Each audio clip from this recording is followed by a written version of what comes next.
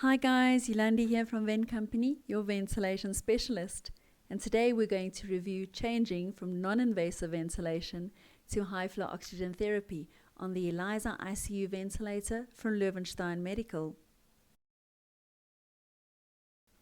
We will go to our ventilation button, stop ventilation, and confirm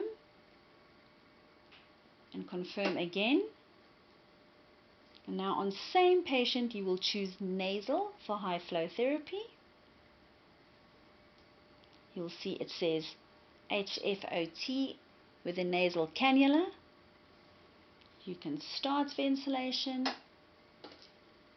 and then you will adjust your settings accordingly. You'll see also here on the top it says HFOT, nasal cannula, and at ventilation there will be only one mode, which will be your high flow oxygen therapy mode.